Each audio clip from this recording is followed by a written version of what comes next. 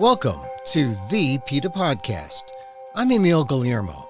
On today's episode, Tiger King villain and Myrtle Beach safari operator Bhagavan Antle was convicted this month, June of 2023, of wildlife trafficking and conspiracy to commit wildlife trafficking by a jury in the Frederick County Circuit Court in Virginia. That state has scheduled sentencing for September 14th. PETA Foundation General Counsel for Captive Animal Law Enforcement, Brittany Peet, said this in a statement. For a long time, PETA has urged families to stay away from Bhagavan Antle's exploitative park, blown the whistle on his apparent charity scam, and alerted authorities to bears and tigers languishing in the heat at the cruel, now defunct, roadside zoo where he trafficked in endangered lions. Now that a jury of his peers has convicted Antle of wildlife trafficking and conspiracy to commit wildlife trafficking, PETA will push for a government crackdown on his chronic animal welfare violations and the termination of the federal licenses that keep his tawdry park in business. And so now the attention is on the federal troubles of Doc Antle.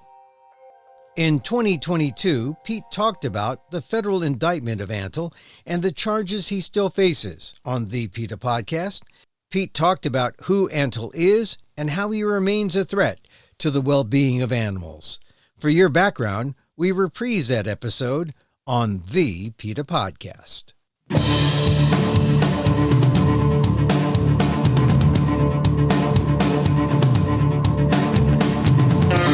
Welcome to the PETA Podcast. I'm Emil Guillermo, your host for this inside look at animal rights, brought to you by PETA, the largest animal rights organization in the world. On today's episode, you may have heard of Doc Antle, one of the villains in the latest iteration of the Tiger King series on Netflix, but no one expected him behind bars. This month, Antle, 62, and 4 others were arrested in Myrtle Beach, South Carolina on 10 counts of trafficking wild animals like cheetahs and chimpanzees. They're also accused of laundering more than $500,000 in cash in connection with smuggling people across the Mexican border. Brittany Peet, PETA's Deputy General Counsel for Captive Animal Law Enforcement, that spells out CALE, tells me that Antle's arrest was a surprise considering his long record of abuse going back 30 years and still being able to stay in business. Peet said the problem has always been the USDA's failure to do its job, to shut down Antle's animal businesses that sell abuse as entertainment. The arrest was brought on by U.S. Fish and Wildlife and the Justice Department. Will the USDA do its job now? Here's my conversation with Brittany Peet on the PETA Podcast. You really can't underestimate what a huge deal this is. Doc Antle, who is, to be clear, not a doctor. His real name is Bhagavan or Kevin. He just identifies as a doctor, I guess, but he is absolutely not. He does not have a PhD. He does not have any sort of medical degree. He was thought to be sort of untouchable among the animal exploiter crowd. Even after other Tiger King villains fell, Joe Exotic, Tim Stark, and Jeff Lowe, there were a lot within even the animal protection community who thought that, well, Doc Antle will never go down. He's untouchable. He's very rich. He's insular. Thanks in part to PETA's persistence, to be sure, really appears to be going down. He's facing multiple charges in Virginia state court relating to alleged wildlife trafficking and cruelty to animals there. He was recently charged with 2 additional felony wildlife trafficking counts in Virginia. He'll face trial over those charges next year.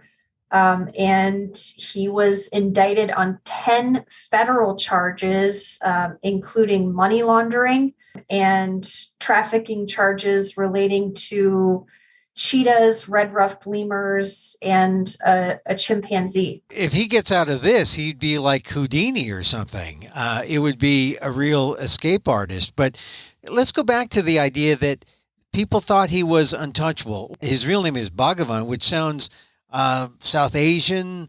Is that something he adopted, or was he seen as a man who had a connection to these Asian tigers or this wildlife that they thought that, well, there was a kind of a spiritual thing going on that made him sort of different from the other characters in the Tiger King, roster? Yeah. So anyone who watched the most recent iteration of Tiger King, which is the the 3 Doc Antle episodes on Netflix, and if you haven't, you definitely should. Though that tells the story of Doc Antle having grown up in this community in Virginia called Yogaville. And it was run by a charismatic Indian man who, as it comes out in the documentary, had a number of conflicting views, and as it turned out, had been accused of sexual assault by multiple women, and had relationships with multiple women at one time. And Doc Antle seems to have been this man's mentee. And then, as we see in that latest iteration of Tiger King, Doc Antle now himself has been accused of sexual assault by multiple women. He is not yet facing charges for any of those allegations. But that's where the Bhagavan name comes from. And throughout his life, he has changed the names of the multiple partners, the multiple women who are his romantic partners, changing their names to things like Moksha and China, names again that evoke a kind of exoticism. Like Asian, yeah. Yeah. Well, it seems like he collected these women sort of like he collected these animals in some ways. I mean, I think that there are definitely parallels to that. One of his romantic partners, Moksha, is now a co-defendant with Doc Antle in relation to the trafficking of endangered cheetahs. Yeah, and it just seems like the whole thing becomes sordid. When you consider the animals, and then you consider the humans that he lured into his realm, into his circle. How did Doc Antle find himself in this situation where the charges came forward? All these felony charges. Was there a whistleblower? Well, a lot of it seems to have started with PETA, as I'm sure will come as no surprise to anyone. Several years ago, PETA was pushing hard for the state of Virginia to investigate a roadside zoo called Wilson's Wild Animal Park, where animals, including lions, tigers, and bears, were being held in absolutely atrocious conditions. The Virginia Attorney General's office has an animal law unit, which executed a search warrant at Wilson's Wild Animal Park and ended up confiscating 119 animals, I believe, and charging the owner with multiple counts of cruelty to animals. And when they executed that search warrant, as is typical, they also appear to have confiscated electronic devices, we assume, and records. And so we assume that that's where the Virginia Animal Law Unit, either that or through interviews with the owner, learned that the owner had engaged in, or that the owner had sold lion cubs to Doc Antle. And so that's what resulted in those initial charges. through their investigation into this case, the Virginia Animal Law Unit, in cooperation with South Carolina authorities, then executed a search warrant at Doc Antle's facility in Myrtle Beach. And news reports indicated that that multiple electronic devices were confiscated during that seizure. And so one can assume that evidence that the Virginia Animal Law Unit obtained from those electronic devices and records that reflected federal crimes were turned over to the federal government. What did he have going there in Myrtle Beach? Describe the activities and how they, translated into these felony trafficking charges. So the bread and butter of Doc Antle's business at his roadside zoo called Myrtle Beach Safari is hands-on encounters with wild animals. And Antle goes even further than Joe Exotic or Jeff Lowe or Tim Stark did. He's not just offering encounters with baby big cats. He's allowing members of the public to swim with juvenile and sometimes even adult big tigers, to interact with deadly predators who weigh hundreds of pounds. He also offers encounters with baby chimpanzees. He has an elephant named Bubbles, who for the right price you can go swimming with in the river on the property. And like all of these Tiger King villains, when you run a business like this, and even though he doesn't only offer encounters with baby animals, he certainly does offer encounters with baby animals. And so when you do that, you need a constant supply. He was trading with others within the animal industry, allegedly to buy and sell these animals. And careful as he may have been for many years, he's finally been busted. You mentioned Bubbles, the African elephant. I mean, Bubbles was imported from Zimbabwe. She's been called one of the loneliest elephants in the U.S. because of, she's exploited. She doesn't have contact with other elephants, but people could swim with her and ride on her. And that was her job. That was her life. And it still is. Unfortunately, even as Antle is out on bond on these multiple charges of cruelty to animals and wildlife trafficking, he is right now, as we speak, still exploiting animals and making money from their cruelty. He was arrested, but he's not incarcerated, so I guess he was out on bail? Right. He was granted a $250,000 bond on the federal charges.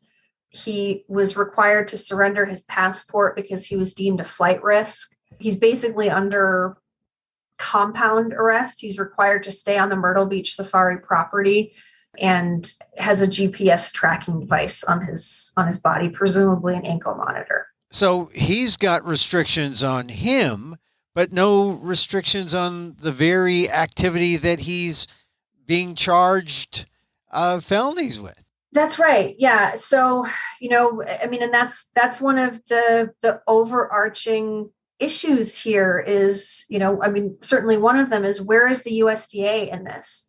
Even as we all knew that these activities were going on, the U.S. Department of Agriculture is the one that has access to the records that even PETA doesn't have access to through the public records request process. And PETA has submitted complaint after complaint over the years relating to Antle's the dangerous encounters that he allows between big cats and the public. Most recently, PETA submitted a complaint to the USDA accusing the agency of affording Doc Antle special treatment, even as other exhibitors within the industry are being cited for violating the Animal Welfare Act by allowing encounters between the public and adult big cats. Antle seems to be doing it every single day, and the USDA just turns its head. And so as we've seen this barrage of charges come down against Antle, it's long past time for the USDA to finally do its job and to revoke Doc Antle's license so that this cruelty can end once and for all. So the USDA still allows him to do this, but the federal charges were brought by... Antle was charged with violating the Endangered Species Act and the Lacey Act, which is a similar statute relating to mostly endangered animals. And both of those laws are administered by the U.S. Fish and Wildlife Service. Oh, okay. So this case was brought by DOJ in concert with the U.S. Fish and Wildlife Service, or the wildlife trafficking charges. And DOJ worked with the FBI on the money laundering charges. I say at some point, don't they have to kind of all get together with the USDA, or can they coexist in this parallel universe? We'll see, right? I mean, the USDA doesn't have a great track record of cooperating with other federal agencies and for cracking down on their own licensees. As we saw recently in the Envigo lab case, because the USDA sat on its hands and allowed beagles to suffer for so long, doing basically nothing, the U.S. Department of Justice, in an unprecedented move, ended up going in and confiscating a large number of beagles without USDA animal care, which is the division that would normally be responsible for something like this. It just remains to be seen. I think the question is just whether USDA's animal care division is ready to step up or not. And if not, they're not doing their jobs. They're not fulfilling their statutory mandate to ensure the humane treatment of animals, and it's time for those employees to be fired. Well, how frustrating is it for you as a PETA counsel, or for the PETA Foundation, when you're trying to fight this, the government is coming from all these different directions. You've got Fish and Wildlife and the DOJ on one side, you got USDA on the other side. And it seems like, tell me about the frustration there for you. Right. And I think one of the main issues with that is the contrary message that it's sending to the public.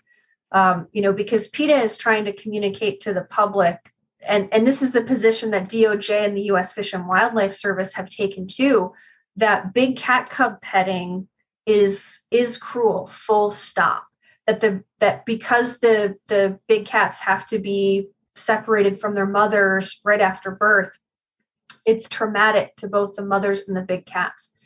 And PETA has proven that in federal court, and we have federal precedent under the Endangered Species Act for that the U.S. Department of Justice adopted in its own case against Jeff Lowe.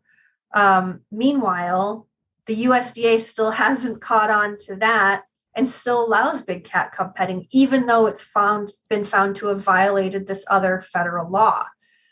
PETA is attempting to address that. We recently submitted a petition for rulemaking to the USDA, calling for what we call it would be a new section or new category of protections under the Animal Welfare Act for animals that we call large carnivores. And so that would include big cats, bears, wolves, and hyenas. And it would incorporate into those specific regulations a ban on all cub petting and a ban on premature maternal separation of large carnivores, so that the USDA would finally be, the USDA's Animal Welfare Act would finally be consistent with that federal precedent under the Endangered Species Act. So the rules are also in conflict. It's not just the agencies. The rules are not quite in sync. Right. The Animal Welfare Act does not reflect both current ESA precedent, which holds that big cat cub petting violates the ESA, as well as other federal government positions. The U.S. Department of Justice and the U.S. Fish and Wildlife Service both took the position in their litigation against Jeff Lowe, that their civil litigation against Jeff Lowe, that conduct violates the ESA. Well, so if the rules aren't quite in sync yet, and PETA is trying to change the rule at the USDA level, so I guess there are some people at the USDA who think they're doing their jobs absolutely correctly. They would be wrong about that. Despite the fact that the Animal Welfare Act doesn't currently explicitly ban big cat cub petting, it does explicitly violate the Animal Welfare Act for Doc Antle to allow members of the public to engage in public contact with adult big cats. And PETA would also take the position that some of the more general standards under the Animal Welfare Act would arguably prohibit big cat cub petting right now as it stands as well, including because licensees who violate other federal laws are ineligible for licenses.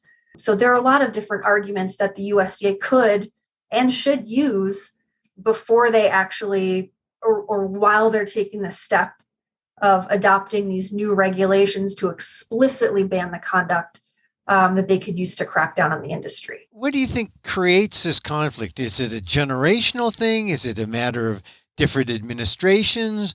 Is it just a kind of old-fashioned thinking at the USDA? Or what do you think it might be? You've been fighting these folks for a while now. Honestly, the only explanation that I can think of is that it's rotten apples at the top of the USDA animal care administration. The administration is the same. It's still the Biden administration oversees both the USDA and the U.S. Fish and Wildlife Service. The U.S. Fish and Wildlife Service seems to be doing its job. The U.S. Department of Justice seems to be doing its job. It's the USDA that's dragging its feet and allowing these animal abusers to continue exploiting animals. And is it possible that, as you look at Doc Antle's record, my God, you look at his history, you've got incidents going back to the 1990s, 1990, 1991, about an event at a Tennessee high school in 1990 in October. He allowed Antle allowed people to pose with a tiger. A photo shoot in New Hampshire, October 9th, 1991. I mean, all these violations, and it seems like he's continued to do these things since then. Absolutely. The USDA has cited Antle repeatedly throughout the years, but they've never taken action yet to revoke his license. And, and so PETA is saying the time for that is now. Time for that is now after 30 years, it seems. That's a generation of abuse. And it's long past time for this to have happened. They've sat on their hands now long enough, and they have to do it now. And it should be easy for them, now, given that the state of Virginia and the U.S. Fish and Wildlife Service and the U.S. Department of Justice have already taken the first steps against Antle. So it should be easy for the USDA to step in and do their job now. But it remains to be seen whether they will. So the fact that Antle is, a Tiger King character, a Tiger King villain, perhaps Antle couldn't hide from, say, the wrath of the Fish and Wildlife Service and the Department of Justice, and their action may ultimately force the USDA's hand? That's what we're hoping. And I think that the Tiger King factor within all of this puts a lot more pressure on all of these agencies to do their jobs aggressively, because all of this is playing out in the public eye. And so hopefully it will force the USDA to do its job. We saw that happen in Jeff Lowe's case, where the USDA actually did pursue a case against him and revoked his license to exhibit animals. But so far, we're hearing crickets from USDA and Doc Antle. They seem to still be providing him with that special treatment, rolling out the red carpet, despite all of these federal and state charges that are hanging over his head. And so when there is this conflict, once again, the message to the public, do you see that happening where the public is confused?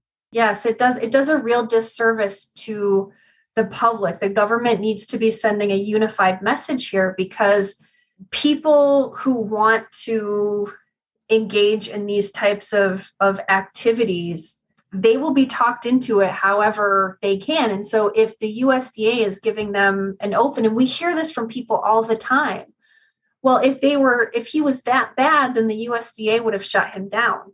Unfortunately, we know from our work that that couldn't be further from the truth. But members of the public don't realize that, and they assume, however falsely, that these government agencies are doing their jobs. So you have the public, and they're sort of deluded because they see inaction by the government. But how about people who want to get into the business and traffic and, offer the animals themselves to other members of the public? I guess it encourages them that, hey, we can still be in this business. For so many years, there were absolutely no consequences for people who were engaged in the big cat cub trade. We didn't see until Joe Exotic. We saw virtually zero prosecutions of people who were trading in big cats for the public encounter business.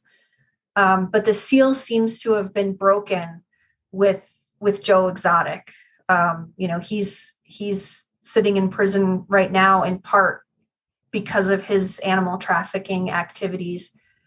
We saw the U.S. Department of Justice file a civil suit against Jeff Lowe that put him out of business.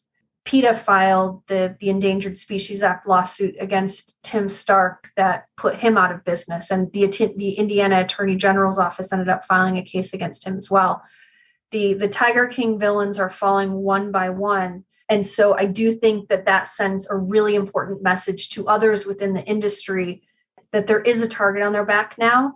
And so we're not only not seeing new people come into the big cat cub petting arena, we've seen the numbers of facilities offering big cat encounters plummet in the last few years from nearly 30 to just 2 right now. One of those is Doc Antle. So it'll be interesting to see how long he lasts. And I guess the big determinant is when the USDA will really clamp down, I guess. We'll see. If they do. I think that another thing that we could potentially expect to see happen here is a civil suit from the U.S. Department of Justice like the one that they filed against Jeff Lowe.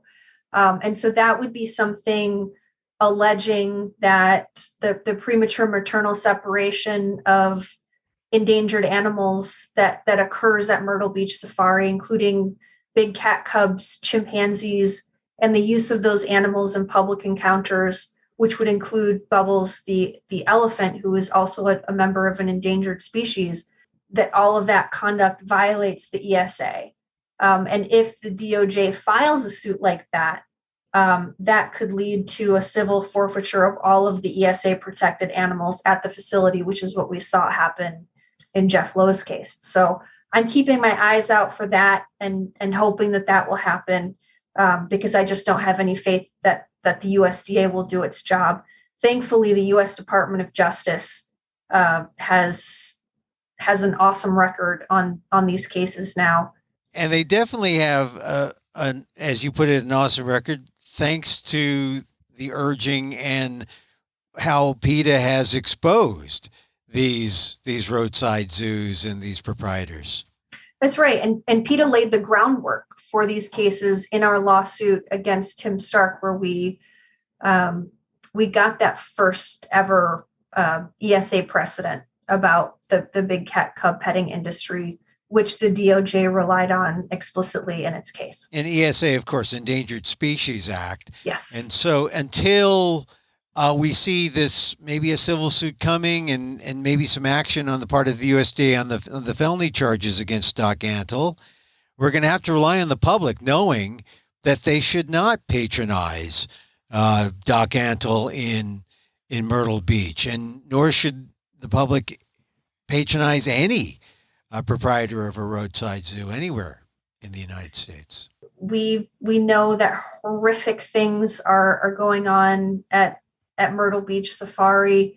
There are tigers and baby chimpanzees and Bubbles the elephant and so many other animals being terrorized every single day. So the faster that people stop lining his pockets with money, the faster he's going to have to go out of business.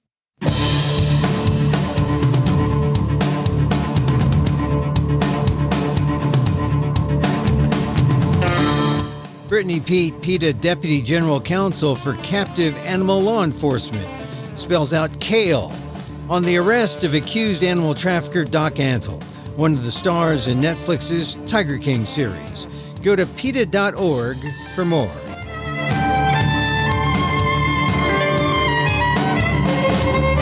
And that's our show for today. Thank you for listening. Don't forget to send a link of this show to your friends and tell them you like the PETA Podcast.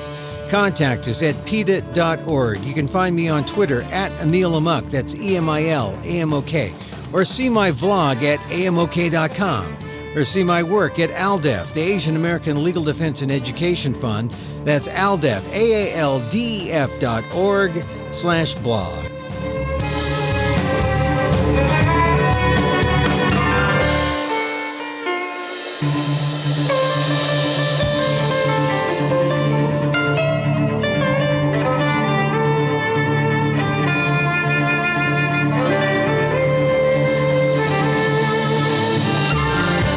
Once again, thank you for listening. Check out all our episodes on your favorite podcast app or on Apple Podcasts, where you can subscribe to as well as rate and review the show. It helps get the word out about the issues you care about. Our music is provided by Carbonworks. Check them out on YouTube. And join us again next time for more insight into animal rights and the fight for a cruelty-free world on the PETA Podcast. I'm Emil Guillermo.